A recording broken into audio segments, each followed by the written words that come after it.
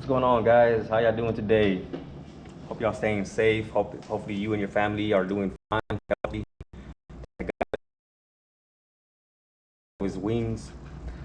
We're here with the West Side Story and Life of a Felon. It's a beautiful Saturday night, that is. Saturday night here in Corpus Christi, Texas, July 31st, 2021. Trying to crank out some more videos for you guys, keep you entertained. Not so much entertained, but want to give y'all some information, some inspiration, and all that good stuff.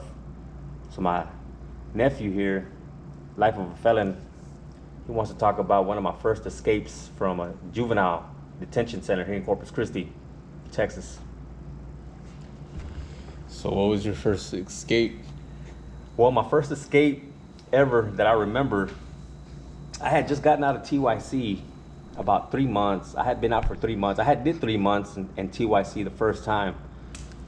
So of course that was pretty much the beginning of my career, my criminal career, that is. At an age of 13 years old, I had just did my first bid of 3 months, got a taste of being incarcerated, being sent home, being sent away a long way from home. I was way out there in West Texas, way out there where you see them tumbleweeds rolling in the desert. So anyhow, I made it home. Thank God. They flew us. By the way, they flew us home. That was my first time on an airplane. Also, they flew us home from Midland, Odessa. Flew us. I got home on a plane. My mom was waiting for me here at the Corpus Christi International Airport. So of course, you know, I'm still a drug addict. I'm still have that drug in my vein. I'm pretty much. I think I'm pretty much into cocaine by that time. I already had got a taste of that cocaine, marijuana, beer, acid, all that stuff. So I'm in my criminal episode again. I start my thing up again. You know, I'm still young, ignorant, in the dark, you know, thinking it's cool to skip school, you know, do drugs, burglarize, terrorizing the city, you know, taking people's property. You know, I'm only 13 years old. What school were you going to at that time? Driscoll Middle School here in Corpus Christi, Texas. Oh, okay. So we're in Driscoll. So I'm somewhere in downtown Corpus, the downtown area, breaking into a car, taking a lady's purse. They called the cops. And if I remember, this is the same day. I'm already into the west side of Corpus Christi. I'm almost making it home. So they're on the lookout for a young Hispanic boy in a bike. So I'm trying to run away from this officer. He ran me over. Man, I couldn't believe he ran me over. He hit me with his car. Oh, he hit you with his car? Yeah, he hit me with his car into the gate. And he put me in the back of the seat, took me. And at some point, I believe it was a Sergeant White. I'm gonna say his name here. He's probably old and retired by now. I remember Sergeant White started investigating, you know, the scene of the crime. So keep in mind, I had just got out, and I'm definitely not wanting to go back at that time, you know. So I'm gonna go ahead and do a little prop here, so he's taking me into the juvenile. This was an interesting escape because he's taking me into the juvenile like this. I'm in my handcuffs. You know, I'm walking into the door and I'm thinking, man, I don't want to go back to TYC. I just gotten out. So as soon as I walk in, he's about to take me into the facility, and I just took off, running with handcuffs in my back. So as soon as I get about 200-300 feet away, I'm able to sit down and put the handcuffs in front of me so I can run faster. In fact, I even hid in someone's vehicle. There was an old man in a van. I went into his van for a little bit. I tried to hide. He was freaking out, like, what's going on? So I ended up leaving that van. I'm running back towards the west side of Corpus. Ran across the freeway.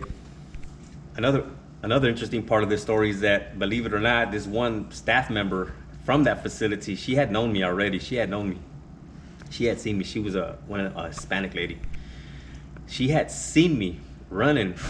I was already far away from the facility. She seen me, but she didn't say nothing. So she let me go.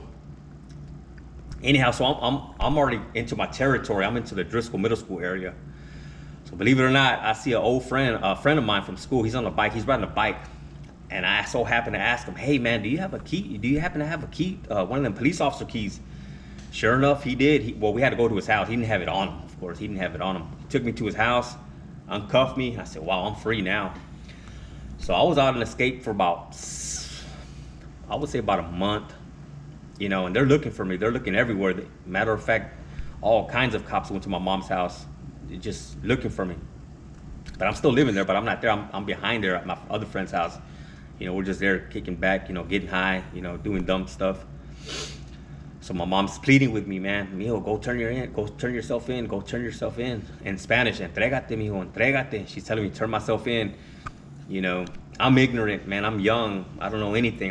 That's all I think that life is about, you know, just doing bad, you know, escaping, doing drugs, burglarizing, terrorizing the city. So eventually they caught me.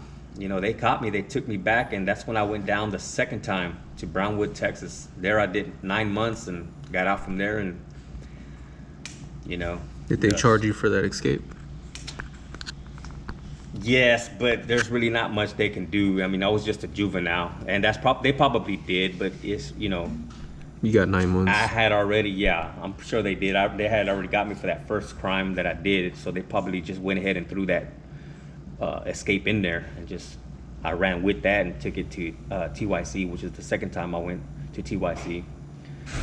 But yeah, guys, that's the story. You know, I mean, there's just so many things that I used to do, and we tell these stories. Like I said, our mission and vision statement is to share our story, our experiences, our testimonies. How, you know, we're older men now. You know, we try to go back to the juveniles, to go talk to these kids, even to the prison. In fact, I know I mentioned that on another video.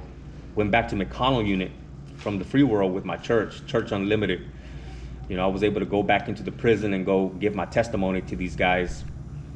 But guys, you know, like I said, guys, listen to your mom. Mothers too, show your kids love.